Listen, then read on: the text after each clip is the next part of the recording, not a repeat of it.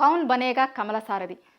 ఇప్పుడు ఇంకొక 2-3 రోజులలో బీజేపీ రాష్ట్ర అధ్యక్షుడిని ప్రకటిస్తారు. బీజేపీ రాష్ట్ర అధ్యక్షుడు కొత్త అతను వస్తాడు అని ఒక చర్చ జరుగుతుంది. అయితే ఆ అధ్యక్షుడి కోసమని ఎంత తీవ్రమైనటువంటి పోటీ ఉందంటే అంత తీవ్రమైనటువంటి పోటీ ఉందట ఈసారి బీజేపీలో. మామూలుగా మొన్నటి వరకు బీజేపీకి తెలంగాణలో పెద్దగా ఎమ్మెల్యేలు కూడా లేరు కదా. అంతకుముందు కూడా చాలా తక్కువ ఎమ్మెల్యేలు ఉండే. కానీ ఈసారి ఎన్నికలలో కొంత ఎక్కువ మంది 8 మంది వరకు ఎమ్మెల్యేలు ఉన్నారు. 8 ఎంపీ స్థానాలను గెలుచుకున్నారు. కాబట్టి ఈసారి నెక్స్ట్ ఎలక్షన్స్కి ఇప్పుడు అయ్యే అధ్యక్షుడు ఎవరు ఉంటారో ఆయనే నెక్స్ట్ ఎలక్షన్స్కి కూడా, ఇప్పుడు నెక్స్ట్ జరగబోయేటువంటి స్టేట్ ఎలక్షన్స్ అప్పటికి ఆయనే అధ్యక్షుడిగా ఉంటాడు. కాబట్టి ఎన్నికల ముందు అధ్యక్షుడిగా ఉంటే కనుక ఇంకా అన్ని నియోజకవర్గాలకు సంబంధించినటువంటి ఎమ్మెల్యేల ఎంపిక కావచ్చు, ఎంపీల ఎన్నిక అనే చాలా ఉంటాయి. కాబట్టి ఈసారి అధ్యక్ష పదవి రేస్కి చాలా ఎక్కువ డిమాండ్ ఉన్నట్లు బీజేపీ పార్టీలో చర్చలు వినిపిస్తున్నాయి. దాంతోపాటు ఇప్పుడు తెలంగాణలో ఎన్నికలు ఉన్నాయి కదా. ఇప్పుడు స్థానిక సంస్థల ఎన్నికలు ఉన్నాయి, జిహెచ్ఎంసీ ఎన్నికలు ఉన్నాయి ముందు. సో దానికంటే ముందే ఇప్పుడు ఇంకొక 2-3 రోజులలో కొత్త అధ్యక్షుడు వస్తే కనుక ఆ ఎన్నికలలో కూడా ఎవరిని బరిలో ఉంచాలి, ఏం చేయాలి అనేటువంటిది కూడా ఈ అధ్యక్షుడే డిసైడ్ చేస్తాడు. కాబట్టి ఈసారి కాబోయేటువంటి అధ్యక్షుడికి చాలా డిమాండ్ ఉంటుంది, చాలా ఎన్నికలు ఉంటాయి తెలంగాణలో. కాబట్టి వాటన్నింటి దృష్ట్యా ఈసారి రాష్ట్ర అధ్యక్ష పదవికి చాలా ఎక్కువ మంది పోటీ పడుతున్నట్లు కనిపిస్తుంది. అయితే బీసీ ఈక్వేషన్ కూడా ఇంకొకటి చాలా బలంగా వినిపిస్తుంది. పోయిన ఎన్నికలలో వీళ్ళు బీసీ సీఎం, బీసీ ఫేస్తో మేము ముందుకు పోతాము అని అనుకున్నారు. కానీ దాంట్లో పెద్ద ఆశించిన సీట్లు ఏమీ రాలేదు బీజేపీకి మొన్న జరిగిన ఎన్నికలలో. సో ఇప్పుడు నెక్స్ట్ ఇంకా రాబోయే దాంట్లో కూడా అదే బీసీ అనేటువంటి ఫేస్తో పోయే అవకాశం ఉంది అని కొంతమంది ఇప్పుడు ఈ అధ్యక్షుడి రేసులో ఉన్నటువంటి వాళ్ళు అధిష్టానం గత ఎన్నికలలో బీసీ సీఎం ఫేస్తో పోయింది కాబట్టి ఈసారి బీసీనే స్టేట్ ప్రెసిడెంట్ని చేస్తుంది అని ఒక ముచ్చట వినిపిస్తుంది. అది కాకుండా ఇంకొక వేరే ఈక్వేషన్ అట్లా కాదు, కొంచెం గట్టిగా ప్రభుత్వం మీద పోరాడేటోళ్ళని చేస్తుంది అనేటువంటి దాంట్లో ఇంకొక కొంతమంది పైరవీలు చేస్తురట. అట్లా ఎవరికి వాళ్ళు ఈసారి అధ్యక్షుడు పదవి కోసం ఎప్పుడైనా సరే మామూలుగా రాష్ట్ర అధ్యక్ష పదవి కోసం అయితే 2-3 పోటీ పడేటోళ్ళు. కానీ ఈసారి ఆ సంఖ్య చాలా ఎక్కువ ఉంది. దగ్గర 8 మంది 9 మంది వరకు కూడా పోటీ పడుతున్నారు. దాంట్లో ఒక 5-6 చాలా గట్టిగా బలంగా పోటీలో ముందున్నారు. ఇంకా ఎవరికి వరిస్తుంది ఇది అనేది చూడాలి అని బీజేపీ ఆఫీస్లో అనుకుంటున్నారు చాలామంది. ముఖ్యంగా అధ్యక్షుడి రేసులలో చాలామంది ఉన్నా కూడా కొంతమంది అంటే ఎవరికి వాళ్ళు నాకున్న అర్హతలు ఇవి, నాకు అధ్యక్ష పదవి ఇవ్వండి, నాకున్న అర్హతలు ఇవి, నాకు అధ్యక్ష పదవి ఇవ్వండి అని అడుగుతారు కదా. అట్లా ఒక్కొక్కరు వాళ్ళకున్న అర్హతలను కూడా హైకమాండ్కి చెప్పుకుంటున్నారట. ఇప్పుడు ఈటల రాజేందర్ ఉన్నారనుకోండి, ఈయన గత ప్రభుత్వంలో అంటే బీఆర్ఎస్ పార్టీ తెలంగాణ వచ్చిన తర్వాత ఫస్ట్ అధికారంలోకి వచ్చిన తర్వాత బీఆర్ఎస్ పార్టీ ప్రభుత్వాన్ని ఏర్పాటు చేసింది. ఆ బీఆర్ఎస్ పార్టీలో మంత్రిగా పనిచేసిండు. సో ప్రభుత్వంలో మంత్రిగా పనిచేసినటువంటి అనుభవం ఉంది నాకు. దాంతోపాటు తెలంగాణ ఉద్యమంలో కూడా పనిచేసినటువంటి వ్యక్తిగా నాకు గుర్తింపు ఉంది. తెలంగాణ ఉద్యమ కాలం నుంచి కూడా యాక్టివ్గా పాలిటిక్స్ చేసిన నేను. దాంతోపాటు అప్పుడు కాంగ్రెస్, ఇప్పుడు కూడా కాంగ్రెస్ ఇక్కడ ప్రభుత్వంలో ఉంది కాబట్టి అప్పుడు బీఆర్ఎస్ పార్టీలో ఉన్నప్పుడు రాజశేఖర్ రెడ్డి లాంటి వాళ్ళతోని నేను అప్పుడు అసెంబ్లీలో కావచ్చు, బయట కావచ్చు రాజశేఖర్ రెడ్డి లాంటి వాళ్ళతో పోరాడినాం మేము. అసెంబ్లీలో రాజశేఖర్ రెడ్డి ఈయన కొన్ని మాటలు అన్నారు కదా. సో అవన్నీ కూడా మేము అప్పుడు రాజశేఖర్ రెడ్డి లాంటి వాళ్ళతోనే తలపడినాం. సో అట్లాంటి చరిత్ర ఉంది నాకు వెనకాల. అన్నింటికీ ముఖ్యంగా బీసీ లీడర్ని నేను. తెలంగాణలో బీసీ ఈక్వేషన్తో బీజేపీ పోవాలనుకుంటుంది కాబట్టి బీసీ లీడర్ను అనేటువంటి దాంతో ఈయనే చెప్తున్నారట. దాని తర్వాత డీకే అరుణ ఇప్పుడు పార్లమెంట్ సభ్యురాలు. ఆమె కూడా ఇప్పుడు రేవంత్ రెడ్డికి సంబంధించి రేవంత్ రెడ్డి ఇష్యూలో మొన్న మనం చూసినాం పార్లమెంట్ ఎన్నికలలో రేవంత్ రెడ్డి అక్కడ పార్లమెంట్ ఎన్నికల్లో ప్రచారంకి పోయి ఏ విధంగా మాట్లాడారో మనం అందరం కూడా చూసినాం. తొక్కుకుంటూ పోతా నేను అది ఇది అని డీకే అరుణను ఉద్దేశించి మాట్లాడిండు.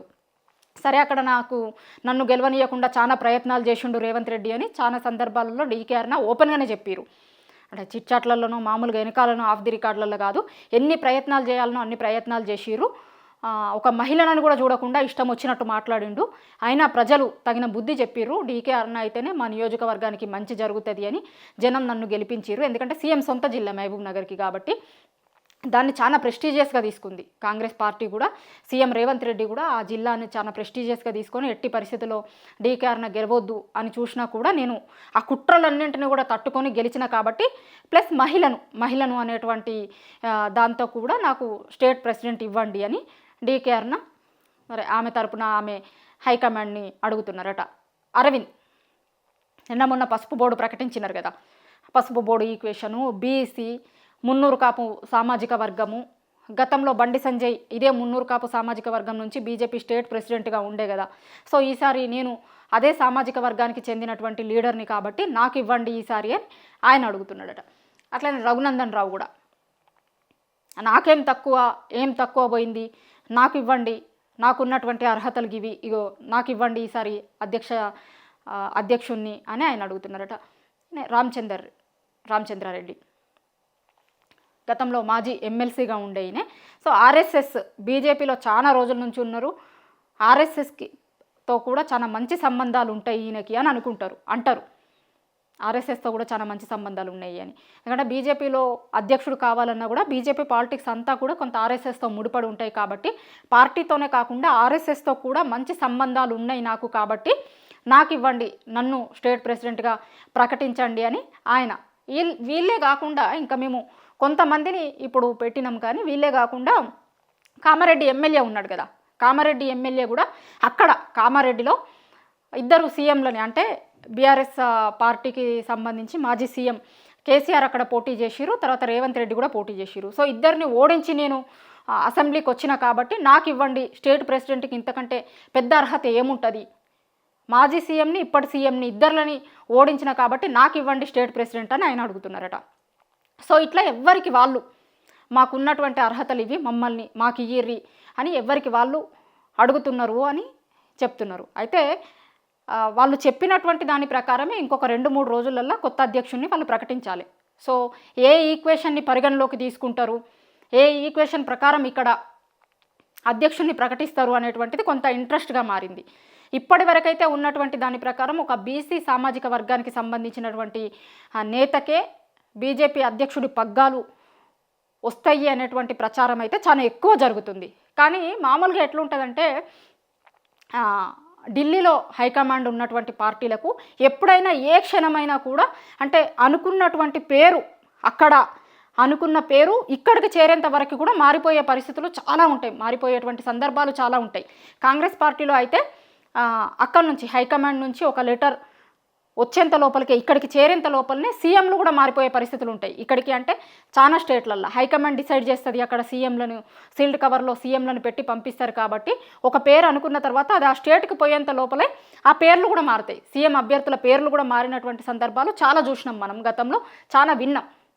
సో ఇప్పుడు కూడా బీజేపీ స్టేట్ ప్రెసిడెంట్ని ఎవరు ప్రకటిస్తారు, అక్కడ ఎవరిని అనుకుంటారు, అనుకున్నటువంటి వ్యక్తే ఇక్కడ ప్రెసిడెంట్ అవుతారా, లేదంటే చివరి నిమిషంలో ఏమన్నా మార్పులు జరుగుతాయా? ఎందుకంటే ఎవరికి వాళ్ళు ఎట్లా ఏ చిన్న వాళ్ళకి సంబంధాలు ఉన్నటువంటి వాళ్ళు ఎవరు ఉంటారో ఆర్ఎస్ఎస్ నుంచి కావచ్చు, లేదంటే హైకమాండ్ దగ్గర ఎవరికన్నా మంచి పరిచయాలు ఉన్నటువంటి వ్యక్తులతో కావచ్చు, ఎవరి పైరవీలు వాళ్ళు ఉపయోగించుకుంటున్నారట. సో ఎవరైతారు అనేటువంటి క్యూరియాసిటీ అయితే తెలంగాణ ప్రజలలో ఉంది. ఎందుకంటే ఇప్పుడు బీజేపీకి సంబంధించి కూడా స్టేట్ ప్రెసిడెంట్ ఎవరైతారు, ఎట్లా ఉండబోతోంది పార్టీ భవిష్యత్ అనేటువంటిది కొంత చూస్తున్నారు జనాలు. ఎందుకంటే గతంలో కంటే ఇప్పుడు బీజేపీ ఎక్కువ ఎంపీ స్థానాలను గెలుచుకుంది కాబట్టి మేము స్టేట్ ప్రెసిడెంట్ రేసులో చాలామంది మాకు కావాలి అని అడుగుతున్నటువంటి నేపథ్యంలో ఇప్పుడు బీజేపీకి కొత్త ప్రెసిడెంట్ ఎవరైతారు, ఎవరిని బీజేపీ కొత్త ప్రెసిడెంట్ను చెయ్యబోతోంది, ఎందుకంటే వాళ్ళ ద్వారా ఇప్పుడు ఎన్నికలకి పోవాలి కాబట్టి వీటన్నింటినీ దృష్టిలో పెట్టుకొని ఎవరిని అధ్యక్షుడిగా నిర్ణయిస్తుంది అనేటువంటిది అయితే కొంత ఉత్కంఠగా మారింది. ఇప్పుడు తెలంగాణ రాజకీయాలలో చాలా అంశాలతో పాటు బీజేపీ స్టేట్ ప్రెసిడెంట్ ఎవరు అవుతారు అనేటువంటి ఉత్కంఠ కూడా ఇప్పుడు తెలంగాణ ప్రజలలో కొంత ఎక్కువగానే ఉంది అని చెప్పుకోవచ్చు. అయితే ఒక 2-3 రోజులలోనే దీనికి క్లారిటీ వచ్చేటువంటి అవకాశం కనిపిస్తుంది.